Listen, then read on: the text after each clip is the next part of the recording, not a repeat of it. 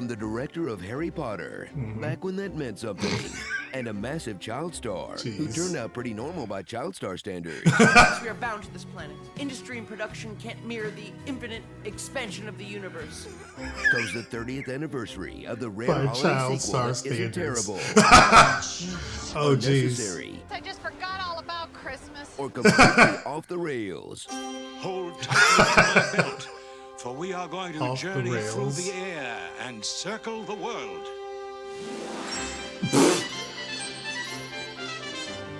Home Alone 2, Lost in New York. Oh, God. It's a good little transition with the It's music. Christmas time once again for the McAllisters. Buzz is still a bully. Beat that, you little trout Trouble sniffer. sniffer. Fuller is a whiz kid. You sleep on the 3rd floor. Yeah, with me. Mom's telepathic. Just drinking the I have Coke. that feeling.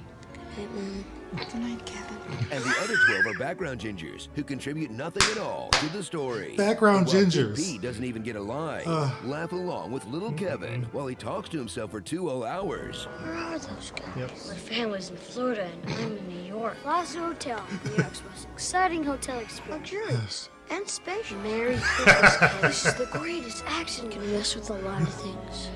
But you can't mess with kids on Hey, That's right. Uncle Rob lives here. They're back from Paris. I'll drop in on them. There's nobody else in the room, Kev. Uncle Frank really messed you up. You know what they're gonna call you in France, don't you, huh? No. Oh, my God. When Kevin gets shunned by his own family. I've never seen that. again, And stuck up in the attic as punishment. Again. He'll be all alone thanks to a last-second travel mix-up. Again. Lies to adults. Again. You think I'd be here alone? I don't think so. A kid going into a hotel, making a reservation? I don't think so. Make use of convenient movie dialogue right. again. I'm gonna give you to the count of 10. I'm gonna give you to the count of 3. Get stopped by 2 burglars again. Yep. Build up an Same elaborate ones. trap house again. Get bailed out by a scary old stranger again. Yada, yada, yada. Hey, come on. It all worked out great the first time. Why not just try it again? Yeah. Just don't try it again. Roll free. Or again. Again. Back to house. Again. Home Alone, the holiday heist. And definitely not again. there's that one. That would just be stupid. Home Alone. Revisit would just be screenwriter John stupid. Hughes' Happy Place. The white side Home of was Chicago. okay. Then take advantage of They say it again. 1992's lax airport security You're sure your family's on this flight? Yeah. to visit New York City. Scale the mighty Twin Towers. Experience the magic of Central Park. And potentially get shot on 5th Avenue. Down the hall and to the left. Just don't cross the staff of the Plaza Hotel. These Grinches are out to ruin Christmas by refusing to let a child fake his identity, This is Peter McAllister, the father. commit fraud, Credit card, you got it. and stiff them on tips. And there's plenty more where Fruit that stripe. came from. Suck it, grown-ups doing your jobs. You get smacked in the face and think you're being shot to death. Return to the franchise that mixes luxurious escapism for kids with torturing criminals to death. Yeah. Also for kids. Harry and Marv return with a new stinky gimmick. We're the sticky That's bandits. right. Not the And wet while the bandits cursing anymore. remains PG,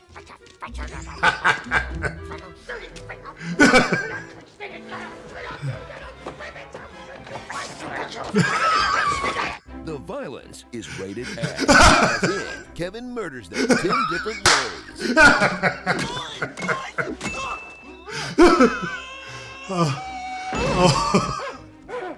This would definitely be death. Yeah. This would, yeah. That's Your enough, neck would Kevin. break probably. That's absolutely death. Kevin, stop.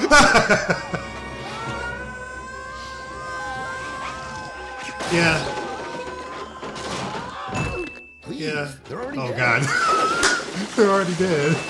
You guys give up? Have you had enough pain? Yes. Mercy. For sure death. The funniest scene though. So cuddle up for a sequel to the film about standing your ground. Hello. That's now about leaving your home to dish out vigilante justice across state lines. Broken In this nose. celebration of every child's most Broken deeply held nose. Christmas fantasies, having a talk boy, Yes! eating pizza I in a love that limousine thing on your way when to I a got it toy for Christmas. store, and telling Rob Schneider to off. Nice find. Starring Terrorist Bueller's Week Off. Oh, so I'm funny now, huh? What's so funny about me? Oh, it's all getting hit to the head and falling over stuff? Yeah, all right, that's pretty funny. Happy Hanukkah, Marv. Oi, we need to talk about success, Sean. Pennywise, Sean. Pound Foolish, the Schneider Cut, Oh god. Birdwoman, or the unexpected virtue of homelessness, and Jeffrey, it's your friend Doc. Another skid you're looking for? Get a load of this. Home Alone Get a load of 2, this. Moppet Takes Manhattan. Okay. Alright, everyone, stick it! They finally track down their son, and he immediately sneaks off on his own to see the pigeon. Will someone put a leash on this kid? So you have a Home Alone sequel script for me? Yes, sir, I do. And it only took me like 20 minutes to put together. How is that possible? Well, I just took every 20 single story minutes. beat and plot point from the first movie and made them all a little more intense or elaborate. Oh, that's smart, because people liked the first movie. They gave me money to see it. Right, so I figured they'd pay us a bunch of money to see it again, but different. I love it already. So In a how are different we place. kicking things up a notch? Well, instead of being alone at home, this time Kevin is going to be alone in New York City. Oh, New York City is much bigger than a home. I thought so too. So how does Kevin end up alone in NYC? Well, the family's planning on heading down to Florida for Christmas, but the dad accidentally unplugs the alarm clock the night before they leave, so they have to rush to the airport again. They have one alarm clock for a house of 14 people, and they don't double check it before bed. That's what we're going with. Stretching that suspension of disbelief real thin. That's right. Yes, sir, I am. Wow. So anyway, everybody's running through the airport, and Kevin tells his dad, hey dad, I need batteries for my Talkboy recorder thing. So the dad's like, I'll give you the batteries on the plane. We're extremely late and this is not a priority at all. No, he hands Kevin a bag that has his wallet and some cash in it. There's no way anyone would actually do that though. I know, but this way Kevin will have some spending money That's right. in New York. Okay, so we're taking another little break from logic so that can happen. Oh yeah, we're gonna take a lot of those kinds of breaks. I A guess lot. we'll have to. And so Kevin gets separated from his family and follows Right. someone he thinks is his dad onto the wrong plane. Same Isn't coat. it hard for him to get past airport employees and security? Actually, super easy. Mm-hmm. Barely an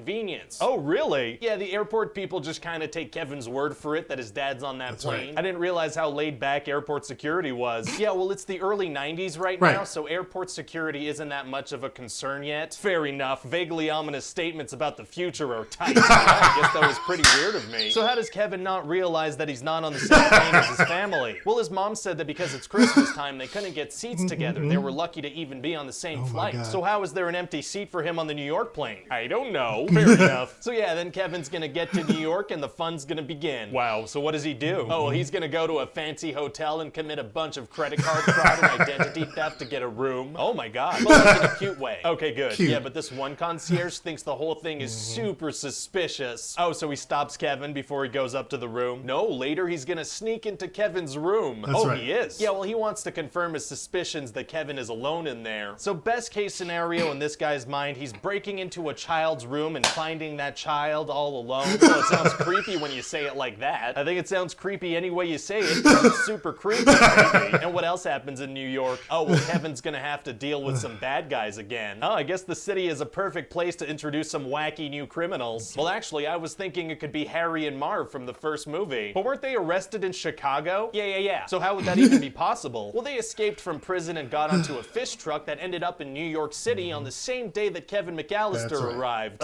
My disbelief is so suspended right now. Yeah, they keep crossing paths with Kevin on the street. So Eventually suspended. Harry's like, hey, that's the kid that In sent us New to York jail. City. They keep crossing paths with him? Yeah, you know how you always just kind of come across the same people in New York? That almost never happens. There are like 7 million people in New York. Oh, I thought there were like 200. You thought there were 200 people living in New York City? Yeah, now you're telling me 7 million. This whole thing seems pretty far-fetched. Won't this kind of be covered by the whole suspension of disbelief thing? I don't know. I have people running into each other kind of a lot. Oh, you do? Yeah, Kevin keeps running lot. into the same crazy bird lady. Marv gets hit in the face twice by the same lady right. on separate occasions. How does that happen? Well, later Marv and Harry manage to grab Kevin, right? Okay. And so to escape, Kevin pinches a random lady's butt. And it turns out to be the same exact woman that Marv had sexually harassed earlier that day. Wow, what are the odds of that? Well, I thought they were 1 in 200. Right. Anyway, so Marv and Harry's big plan is to rob this place called Duncan's Toy Store and then fly away to an island. Pretty horrible plan. But then Kevin decides decides to save Christmas by stopping them. Okay. And then he lures them to his uncle's house that's undergoing renovations, and he has a bunch of traps set up for them. Oh, some clever traps? Yeah, but also, you know, just throwing bricks at their faces from the roof. Oh my god. Yeah, Marv is gonna take like 5 bricks to the face. That's incredibly intense. It is. And then inside the house, we're gonna have a bunch of super deadly traps that defy physics. But somehow Marv and Harry just don't die. They survive all that stuff. Well, we're gonna have this big reveal where you find out that Harry and Marv are actually immortal.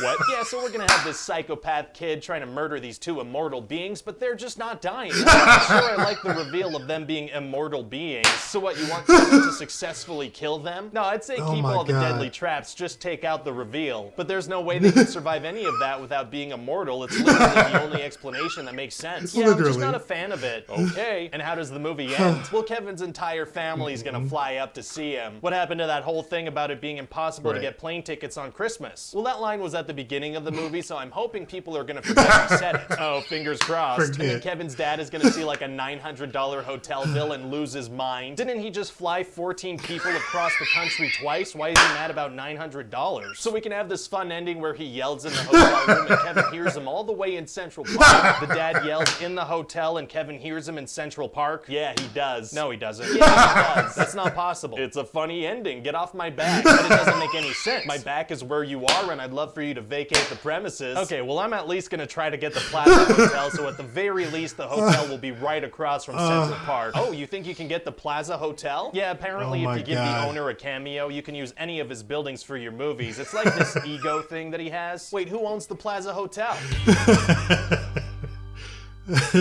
When Ryan George speaks to the plot holes, it just makes it so much funnier. Like, both of these were great, though. Both were great.